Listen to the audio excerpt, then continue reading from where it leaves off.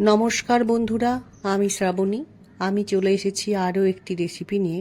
চলো রেসিপিটি তাহলে একবার দেখে নিই। আজকের রেসিপি কাবুলি চানা স্যালাড। এই স্যালাডটা খুব সহজে বানিয়ে নেওয়া যায়। এটি খেতে যেমন টেস্টি তেমন আবার হেলদি।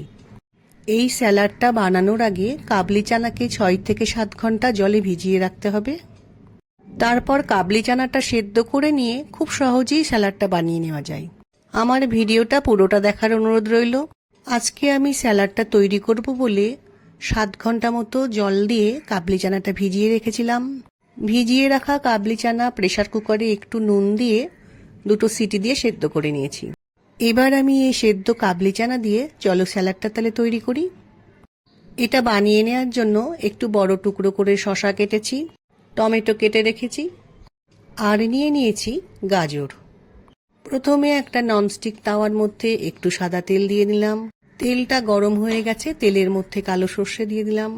কালো সর্ষেটা তেলের মধ্যে পড়ে বেশ সুন্দর ভাজা হচ্ছে। এই সময় দিয়ে দিলাম কয়েকটা কারি পাতা। কারি পাতাটা কিন্তু একটু ভাজতে হবে, কাঁচা রাখা চলবে না। আমি কারি পাতার মধ্যে শুকনো লঙ্কা ফোড়নে দিয়ে ভেজে নিয়েছি। এবার কাবলি চানা তাওয়াতে দিয়ে সবকিছুর সাথে খুব ভালো করে মিশিয়ে নিতে হবে। মিনিট 2 মতো গ্যাসের ফ্লেমকে লো করে কাবলি চানাটা তাওয়াতে একটু নাড়াচাড়া করতে হবে, যাতে ফোড়নের টেস্টটা কাবলি চানার মধ্যে যায়। এই স্যালাডটা একদিন বানিয়ে খেলে মাঝে মাঝেই কিন্তু বানাতে ইচ্ছে করবে, এত সুস্বাদু খেতে হয়।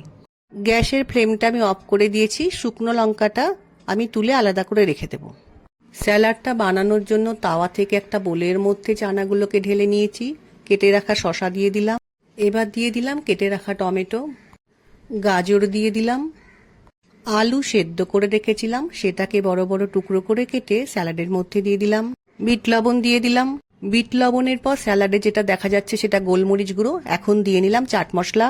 স্যালাডকে আরও টেস্টি করার জন্য দিয়ে নিচ্ছি লেবুর রস। একটা চামচের সাহায্যে এবার স্যালাডটা খুব ভালো করে ওপর নিচ করে মিশিয়ে নিতে হবে। হয়ে গেল তৈরি আজকের রেসিপি, হেলদি কাবুলি চানা স্যালাড।